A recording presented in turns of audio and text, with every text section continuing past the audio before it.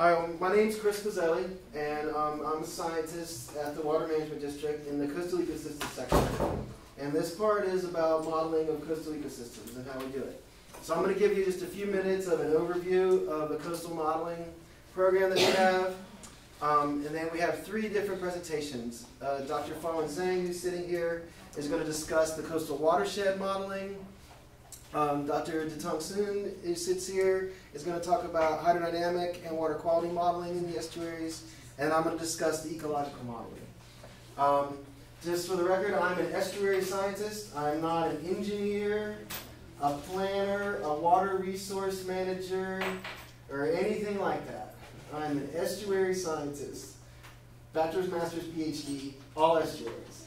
And every place I worked since I finished graduate school, all estuaries. So if there's salt in the water, then I work on it. When there's not, I don't know really what goes on. Okay, so the general approach for the Water Management District is, what do we do in the watershed that can get a response? Okay, so we'll have a situation such as what's going on in St. Lucie right now with the algal bloom or a decline in water quality.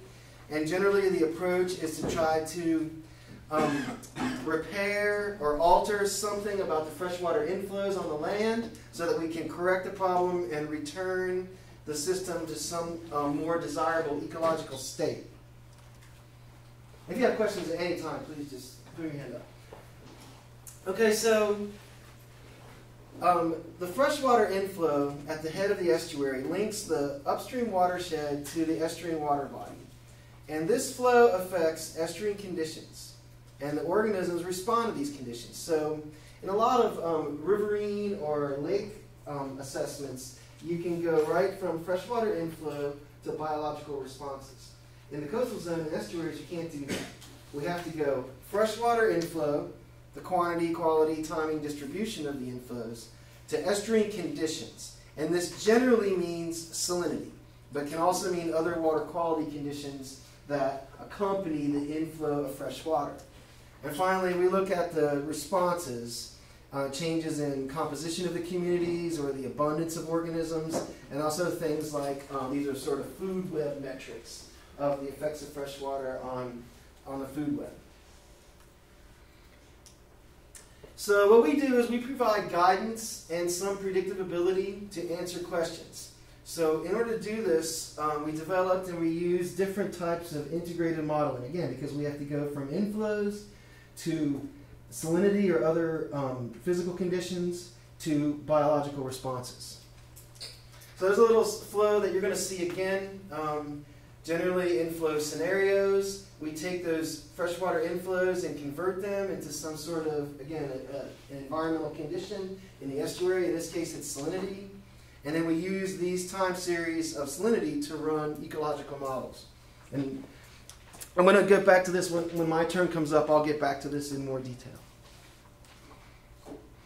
So as I sort of already mentioned, we have a tidal basin model that simulates freshwater inflows, which is what Fawen's going to talk about. Hydrodynamic and water quality models. These things simulate circulation and salinity gradients in the estuary, which is what Datong is going to talk about. And also we have, as part of these models, there's water quality components in the water column and in the sediment. And then ecological models, which includes the water column. And we use this term biogeochemistry, which is just the relationships between chemical components in the water or the sediments, these stocks of materials that are either in organic or inorganic pools that aren't attached to biological organisms, and then also the biological organisms all together. And again, we look at submerged aquatic vegetation in many cases and oysters, and I'll get back to those in a little while. Tidal basin watershed model, which is often referred to by an acronym called WASH, simulates freshwater inflow to the estuary, calibrated and verified with data that was collected over a 5-year period. Water quality is not yet part, but it will be eventually. And the simulation period is 1965 to 2005. This is for the Caloosahatchee River on the west coast of Florida. The hydrodynamic model that Datong will explain to you simulates salinity and water level in the estuary. And in this particular, again, this is the Caloosahatchee on the west coast. The model grid includes the boundary conditions that are from the northern parts and the southern parts of the model domain. Here's our estuary in this case right here. And this part of the model was calibrated with monitoring data that was collected over a 10-year period from 92 to 2012. Finally, oyster and seagrass models. Here's a little picture of an oyster thing. Salinity affects the filtration rate, which is affected by temperature. And then there are loss terms, death, biodeposition. Same sort of setup for seagrass, except we have a light component. This I stands for irradiance. So we make these process-based models, and they're designed to try to prescribe optimal inflows that are best for the biota, define the beneficial conditions, and also forecast potential changes, with changes in either the engineering structures that modulate or regulate the freshwater inflow, or just climatic patterns of changes in environmental drivers that naturally lead to system responses. So we do all these things not just because it's fun and we went to college for a long time, but the objective, again, is to help the state of Florida, and more particular in South Florida, manage the water resources. So what we do is we try to determine what the minimum flows and levels are. The estuaries need a minimum amount of fresh water to function properly. When we say function, we mean provide the whole suite of physical, chemical, and biological services that they do. So anything ranging from a shoreline that's near somebody's house with a seawall to the dynamics of endangered species. All of these things in the coastal zone are very much evolved to respond to changes in inflow. But water is a finite resource. So what we do is we estimate the minimum amount of water that the estuary needs to maintain this ecological and social functionality. So what's the minimum amount? Because there's not enough water always to go around. We have to do other things like reservations. And you may have noticed that South Florida is a very flat environment. So it's very difficult to dig a big hole in the ground and fill it with water and create a reservoir. It's almost impossible. So what we have to do is we have to sort of try to come up with areas where we can reserve the amount of water and not lose it to the coast. Because again, a lot of what goes on at the Water Management District and across the landscape is about flood protection.